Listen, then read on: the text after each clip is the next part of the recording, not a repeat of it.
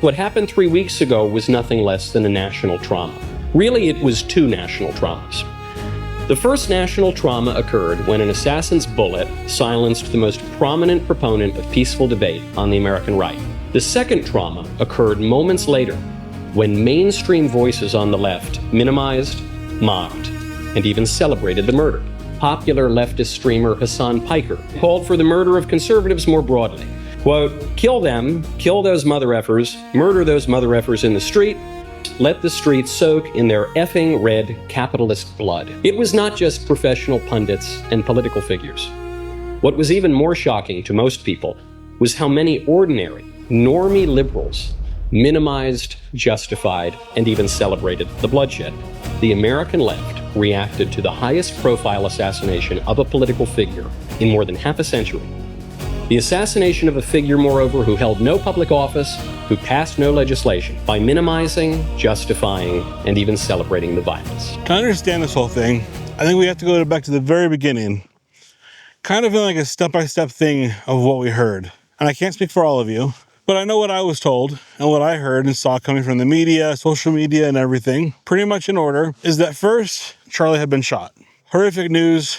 And I think right off the bat, we were all shocked. I'm sure pretty much everybody was shocked about this, but if you live in Utah, and especially if you were like a UVU student, or pretty much any kind of college student in Utah for the most part, nothing ever happens here. Like literally nothing ever happens here, right? So when this happens, it's already like a huge shock.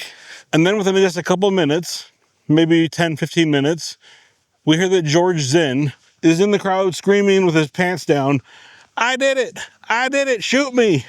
And they take him into custody, and then they release him, realizing it's not him. And then later on in the evening, we hear that they have another suspect in custody.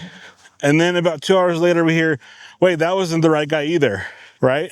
And then we have like a whole day in between. Sometime during that day, they come out with security footage. And I think this is where a lot of the conspiracies begin. And guys, when I say conspiracies, I'm not saying that conspiracies are a bad thing. I'm probably one of the biggest conspiracy believers in the world. Okay. But the conspiracies that I believe in have some sort of a reason. There's some evidence behind it. It isn't just speculation of me wanting to believe something and then me making up evidence for it.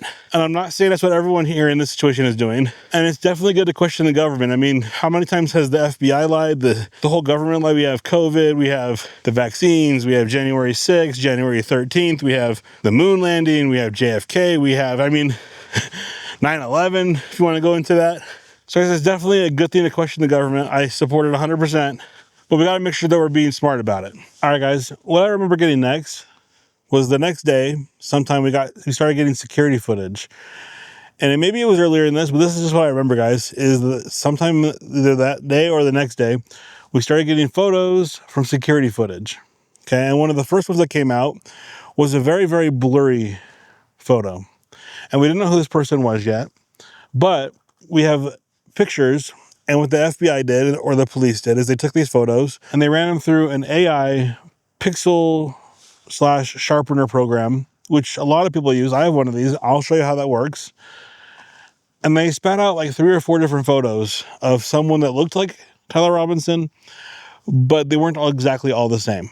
Shortly after this, we get the video of him running across the roof, jumping off, kind of walking, hobbling across the street over into the wooded area. And then we get news that there was a rifle back there recovered. And then about a day or so later, we get the news that his grandpa recognized the rifle from the photo.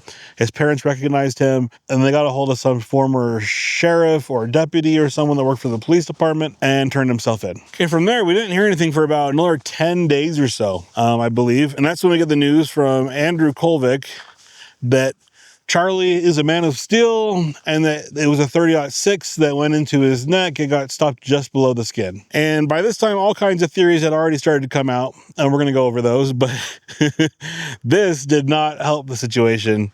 I mean, they called it a miracle. They called it a man of steel, like Superman, and that this was the only person this could have ever happened to where the bullet stopped behind the skin and didn't go through and cause a lot more damage. Guys, forgive me if I missed a few details, but from what I understand, this is basically the narrative that we were told from these details, was that Tyler Robinson showed up onto campus, walked down that street, through the tunnel, up around the building, and into the stairwell, up the stairwell, onto the roof of the Sorensen building, changes his clothes, puts the rifle together, takes the shot, goes and takes the rifle back apart, changes his clothes again, then runs off the roof, jumps off the roof, goes across the street into the wooded area, and then puts the rifle back together again and leaves it there. And then after that, guys, we have all those weird text things that came out as well. And then he was turned in and captured by the police. And if I'm wrong, please correct me in the comments down below. But that, as far as I understand it, is pretty much the narrative.